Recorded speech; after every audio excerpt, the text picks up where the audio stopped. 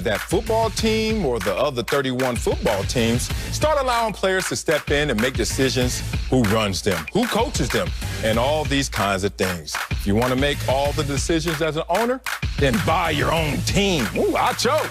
Is Deshaun Watson deserving of criticism? Nah, big dog, he's not. Because sometimes you look and you say, well, everybody can earn or deserve some criticism, but Deshaun Watson ain't done nothing. Like, genuinely speaking, Deshaun Watson hasn't done anything. What did he get criticized for first? Deshaun Watson, you get paid to play quarterback, play quarterback. Okay, he did that at a top 3, worst case, a top 5 level. What did he get criticized for then? Deshaun Watson, you want to have a say in the organization, but that's not really your role. Well, after fully completing his first role, now he wants to have a say in the organization. I don't see an issue with that. Okay, how about further? Deshaun, you're being too disruptive. How? By removing the Texans from his bio or removing the Texans from his profile on Twitter and Instagram? That's not disruptive. He's just omitting. He's being quiet. Deshaun Watson, well, you're not saying anything at all. Okay, so now we mad at Deshaun Watson for not speaking? Like, I understand. Right. I understand criticizing a quarterback like Ben Roethlisberger, contemplating retirement. Are you in or are you out? Like, do you want to play football or do you not? I can understand criticizing Aaron Rodgers after they drafted Jordan Love and he said, you know, I was upset, I started drinking X, Y, and Z. I can understand criticizing Carson Wentz. He did not talk to the media on exit interview days on after the last game the Eagles played this year. I get all that. But Deshaun Watson, this criticism, Marcellus, it genuinely doesn't make sense to me. Y'all pay him to play quarterback. He's played quarterback at the highest level, and he's trying to take it a step further by trying to help management as well. Okay, I disagree with that because I'm going to start high and then hopefully narrow the focus to bring it down to this exact situation. Yes, he's deserving of criticism for his decision to want a trade, just like I will be deserving of criticism for this take on his decision to make a request for a trade. Everyone deserves criticism because what is criticism again? The cost of praise. And as last time I checked, Acho, when you're in the public eye especially, that's the nature of the beast. Someone's going to agree with what you're saying and someone's going to disagree with what you're saying. So no one's above reproach in any of these conversations, any of these decisions. What's interesting about this one, though, is because this one immediately, you step in the pool, you just try to put your toe in the water, see if it's cold, and immediately you're in the deep end. Because this conversation really entangles so many other issues. Not an entanglement.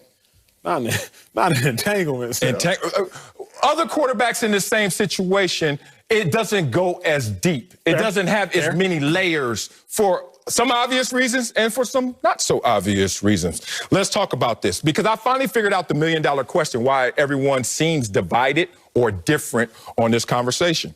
What's the accepted threshold for someone to demand a trade?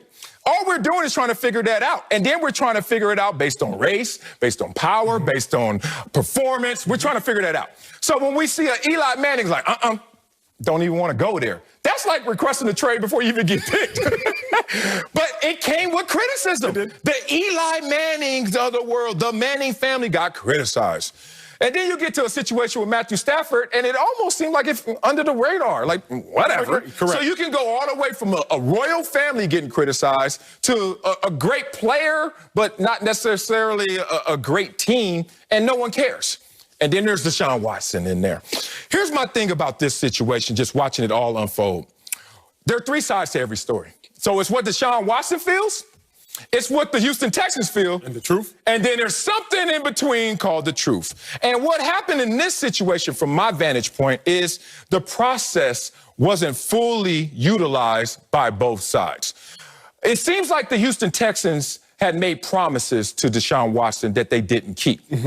It seems like Deshaun Watson committed to a team that he knew didn't always live up to their promises, but was believing in them changing their ways going forward. Here's a problem with committing to something that you don't have enough evidence in the positive way for you to commit to. Would you ever walk down the aisle with someone who lies and cheats? No, sir. No, sir. You know why? Because you got enough evidence to say, well, I don't think they're going to do this. So Deshaun Watson in this situation committed to something that he nearly didn't have full belief in. He went into a situation with half trust. Have you ever been in a situation with half trust? I have. When you walk into a situation with half trust, all you're really telling yourself and what you're guilty of is saying the next time, and then the next time occurs. Jack Easterby hires his friend. And he hires his friend from the former organization, New England, and that's Nick Caserio. And Deshaun Watson allegedly doesn't have any problem with that. But there is a problem because he was already at his wit's end. He was already at that place where he was saying, one more time, one more lie. And he was sitting on rocks, as my grandma would say. And when you're sitting on rocks, you don't feel comfortable, no matter who you are, no matter if you're a franchise quarterback. So Deshaun Watson trying to turn the other cheek, trying to just sit there and be the good cop all the time, was really already at his wit's end. And then this situation occurs. So I see all parties as guilty. Therefore, all parties deserving criticism. But you have to look at criticism, Sel, because there's a difference between disagreement and criticism.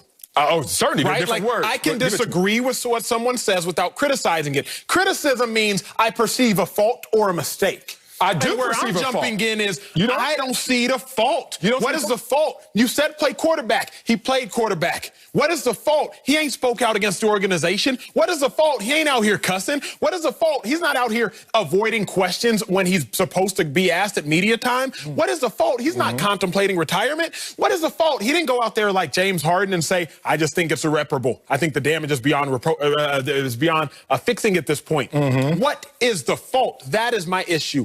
I don't have a problem with somebody who agrees with your take, disagrees with your take, disagrees with my take. Okay. But the problem isn't that they're disagreeing with Deshaun Watson's decision. They're criticizing the decision based on a fault or a mistake that is non-existent. Well, it is existent. This is why.